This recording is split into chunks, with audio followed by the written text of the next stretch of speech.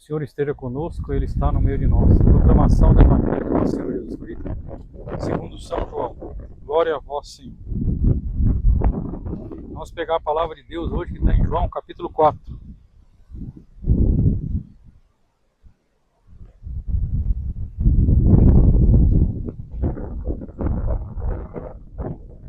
A Samaritana. Jesus soube que os fariseus tinham ouvido dizer que ele recrutava e batizava mais discípulos que João, se bem que não era Jesus quem batizava, mas seus discípulos. Ele deixou a Judéia e voltou para a Galiléia. Ora, devia passar por Samaria. Chegou, pois, a uma localidade da Samaria chamada Sicar, junto das terras de Jacó, dera seu filho José. Havia ali um poço, e Jesus, fadigado da viagem, sentou-se à beira do poço. Era por volta de meio-dia. Veio uma mulher da Samaria tirar água. Pediu-lhe Jesus: dá-me de beber, pois os discípulos tinham ido à cidade comprar mantimentos. Aquela samaritana lhe disse: sendo tu judeu, como pedes de beber a mim, que sou uma samaritana? Pois os judeus não comunicam com os samaritanos. Veja bem, naquele tempo tinha uma aversão, entre o povo judeu e o povo samaritano. Não se combinava, eles não se davam certo. Eles tinham outras mentalidades. Os judeus esperavam Jesus Cristo, os samaritanos achavam que não, era de outra forma, enfim. Mas de certa maneira todos esperavam o Messias. Esperava que Jesus uma hora ia vir também. Esperavam o Filho de Deus vir. Enfim. Ali Jesus então tinha dois caminhos, pelo Oriente e pelo Ocidente. O caminho do meio era o caminho mais fácil. Era o caminho para atravessar a Judéia, a Judéia para a Galiléia. Mas nem os judeus nem os samaritanos faziam esse caminho para atravessar ali aquela região. Todos faziam um caminho mais difícil para não se encontrarem. Mas Jesus, ele tinha um propósito. Ele tinha uma missão ali. Ele queria unir esse povo. Ele queria mostrar que ele veio para fazer nova todas as coisas. Para reavivar, para renovar, para transformar. Então ele foi naquele caminho e realmente com intenção de passar, porque ele queria ter um encontro ali. Ele marcou um encontro com a pessoa ali. Então os discípulos foram para a cidade comprar mantimento e Jesus ficou aguardando ali, esperando eles na beira de um poço. Num poço que Jacó fez, poço de Jacó. E ali então, por volta de meio-dia, naquele sol escaldante, Jesus com muita sede, com muita fome. Não era comum o povo samaritano vir tirar água do poço essa hora. Eles vinham sempre à noite, à tarde, no horário que estava mais fresco, mais friozinho o tempo. Enfim, mas aquela mulher, talvez fugindo realmente da falação do povo, porque ela tinha uma vida com um caráter meio duvidoso, enfim. Ela veio meio-dia, e Jesus sabia que ela ia. Jesus era Deus e sabia. E naquele momento que ela chega, Jesus começa o diálogo com ela. Jesus começa um diálogo com ela e pede água para beber. Aí ela fala assim: mas como tu, sendo judeu, fala comigo que sou uma samaritana? E você, o poço é fundo e você não tem nenhum balde. Ela trouxe o balde. Cada um trazia o balde para poder tirar a água. Só tinha lá a corda, enfim. Aí Jesus falou assim: olha, minha filha, se você soubesse quem eu sou, é você que pediria água para beber.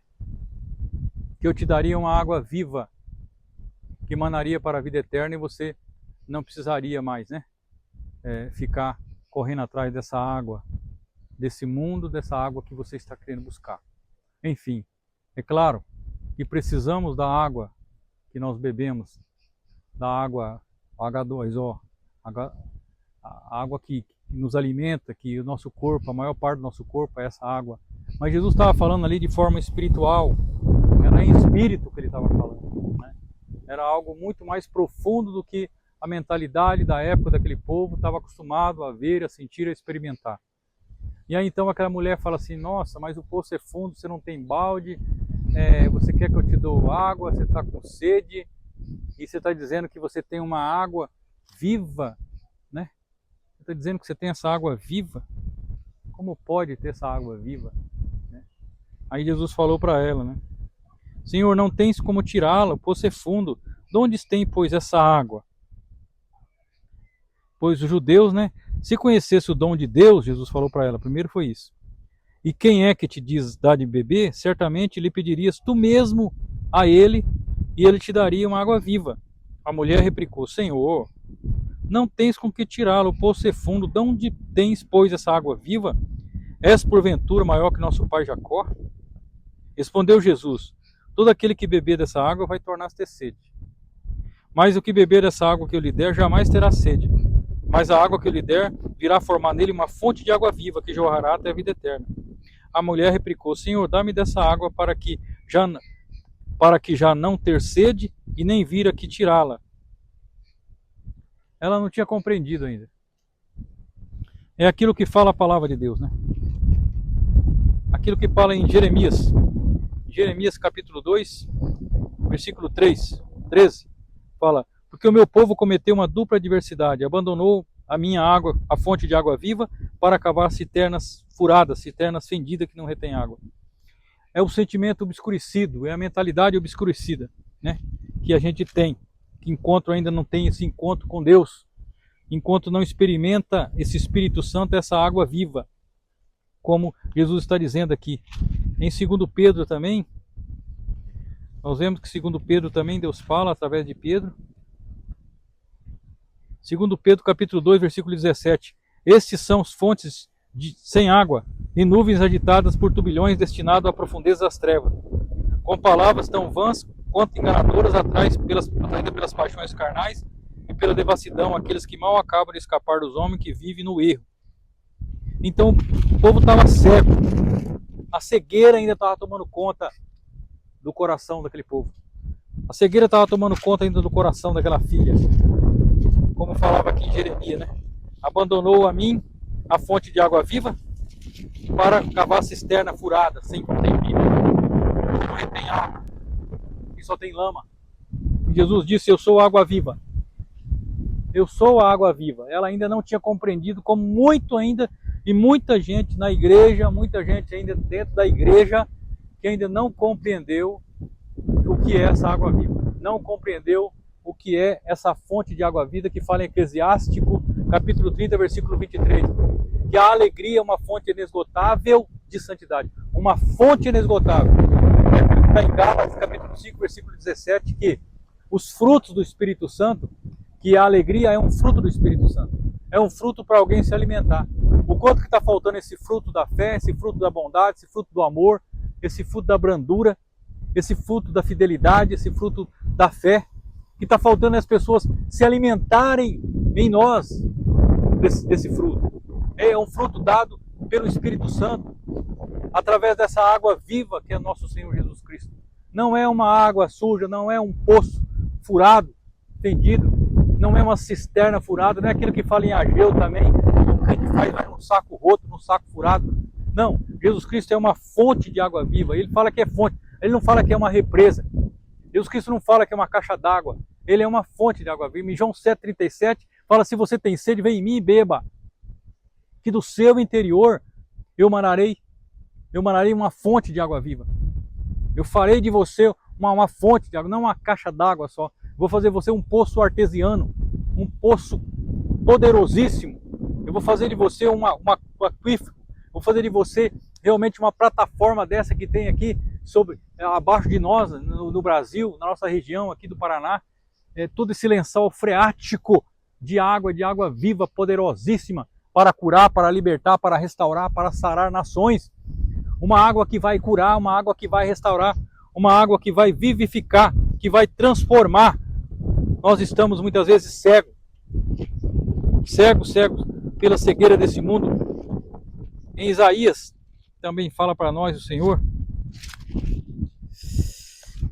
Isaías 55.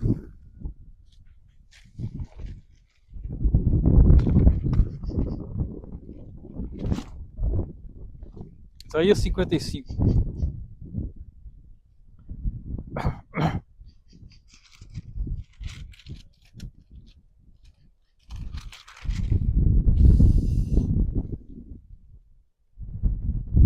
Nós estamos cegos. Buscai o Senhor enquanto ele se deixa encontrar. Invocai, já que ele está perto, renuncie o malvado do seu comportamento. Vós que estáis sedentos, diz o Senhor, aqui em Isaías 55.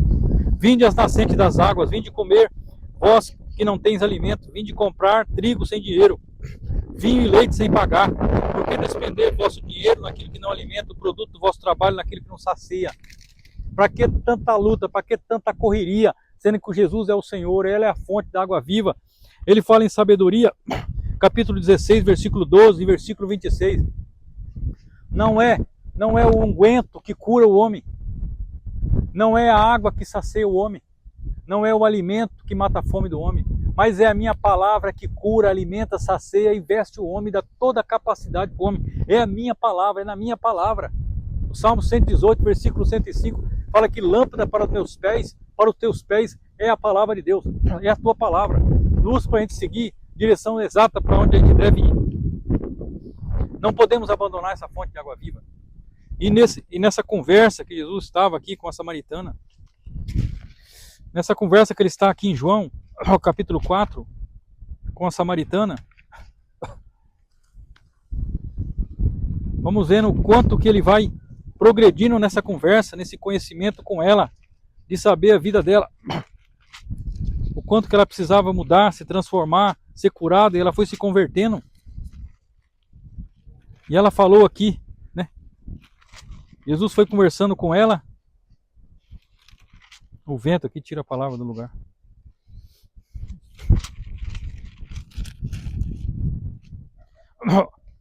Jesus foi falando com ela então, que vai lá então, chama o seu marido. Aí ela fala assim, mas eu não tenho marido. A única verdade que realmente ela disse essa verdade mesmo para Jesus, eu não tenho marido. E o que eu tenho agora, realmente Jesus disse para ela, o que você tem agora também não é seu. O que você tem agora também não é seu. Aí naquele momento ela assume e fala, vejo que és um profeta. Eu vejo que és um profeta. É num momento em que Deus dá uma palavra de discernimento para ela, uma palavra de sabedoria para ela, uma palavra de ciência, é que ela assume que Jesus é o Senhor. A hora que Deus revela a verdade do coração dela. A hora que Deus revela para ela os seus pecados, a hora que toca na ferida dela. A hora que Jesus tocou na ferida dela e falou assim, você teve 5 maridos, 6 maridos, e você está agora, e não são seu. Não são seu. Aí ela cai por si e fala, é verdade. Aí ela falou, eu vou lá então. Eu pensei, aí ela começa a dizer aqui, vejo que és profeta, nossos pais adoraram nesse monte, mas vós dizeis, os judeus, que é em Jerusalém que devemos adorar. Jesus respondeu, mulher, acredita que me vem a hora em que não adorareis o Pai nem nesse monte, nem em Jerusalém. Vós adorais o que não conheceis, pois nós adoramos o que conhecemos, porque a salvação vem dos judeus. Ele não deixou de confirmar que a salvação vinha dos judeus, que ele vinha do povo judeu.